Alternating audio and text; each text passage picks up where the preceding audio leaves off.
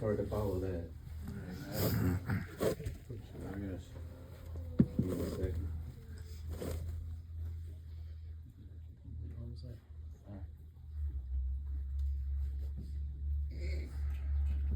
Before I talk about Regina, I called her Regina, Gina, Jean. We did have a very special relationship.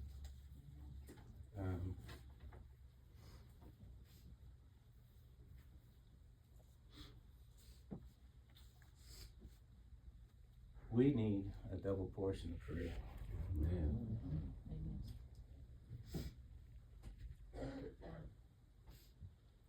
Not to take anything away from this, because we had no idea what was going to happen on Wednesday. But, all that being said,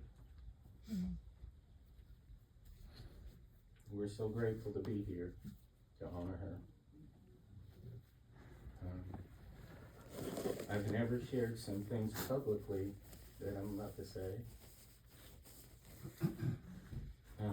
In times past, when we've had loved ones die, the Lord has dropped memories, words of comfort in my spirit. And I didn't write them down, but I have them right here.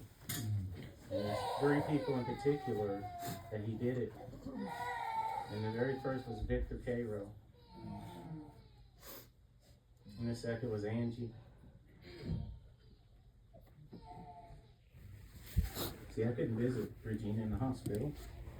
I had a congestion, and I just really didn't want her to get any sicker. Like Jason said, we thought she was going to recover. But Leslie went and sat with her, and we got a FaceTime and talk, and those things. But after she passed, I was laying in bed, and the Lord put something in my heart, a tribute to Regina. And so I just want to take a minute and read what he put in my spirit to honor my sister and my siblings, and Jason and Darren. So if I can give me just a minute, I'll open this up and I'll read what the Lord gave me. I'm sorry, I'm just really shook up about everything right now.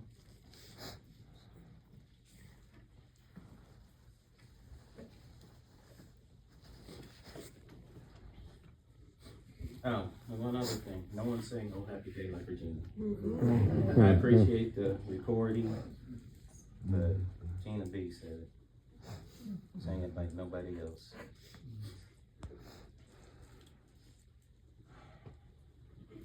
This tribute is called More Than a Sister.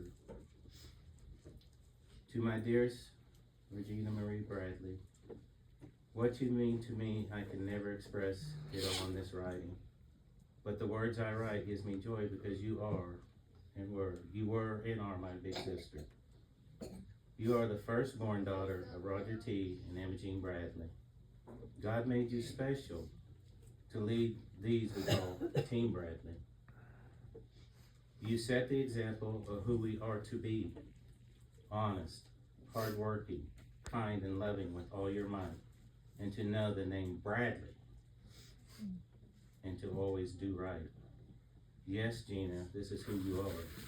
Never one to complain much, even when things got hard.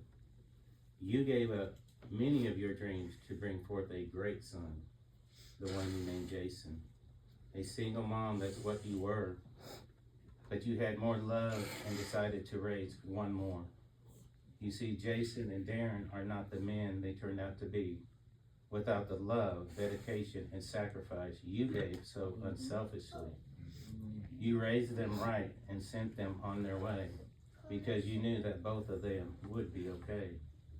You and I grew up in similar ways under Daddy's training, wiping down and washing his cars, especially after it quit raining. We can look back and know it was for our good growing up in that Park Street neighborhood. We shared so many things: our love for our family, cars, and the Kansas City Chiefs championship rings. We would run from Wichita, Tulsa, and Great Bend to catch the drag races and all the Ford Mustangs with you. As we grew older, we'd watch from our own houses You know, fast and loud, overhauling and meek emotion. A quick phone call or a text, maybe two. I knew it was all about some nice Ford, not Chevy. If it was coming from you. We are Roger Bradley's children. You rarely called me Jay. It was always little brother, and that's okay. Gina, you shared your heart and your home too, because you welcomed me and Leslie when she first met you.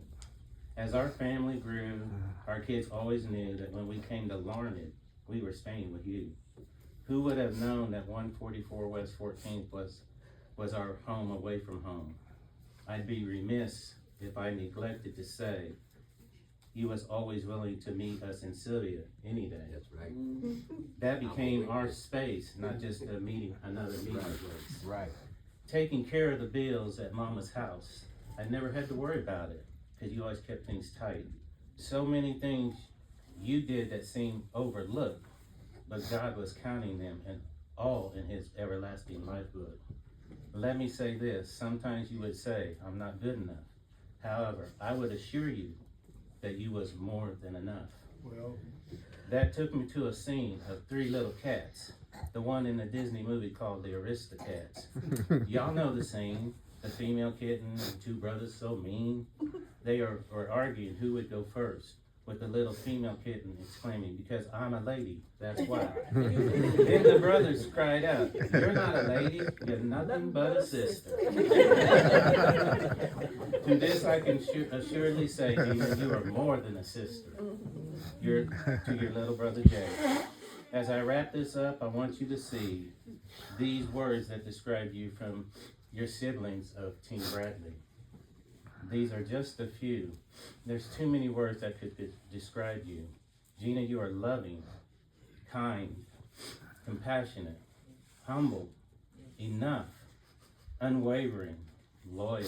You're authentic, gentle, venture, friendly, protective, genuine, and more. So many other words, but who's keeping score? I will say this, and these facts are true. You are more loving, more kind, more compassionate, more humble, more than enough, more unwavering, more loyal, more authentic, more gentle, more vintage, more friendly, more protective, more genuine, and so much more. Yes, that's you. You are more than a sister to us and so many more. I took your picture the last time you was at our house, sitting in that chair staring at the western sky. You must have known that God's heavenly lighthouse was shining its light, and it would lead you home one Sunday night. It would soon call you home where you would suffer no more as you closed your eyes and rested upon God's heavenly shore. Rest in peace, Gina. amen.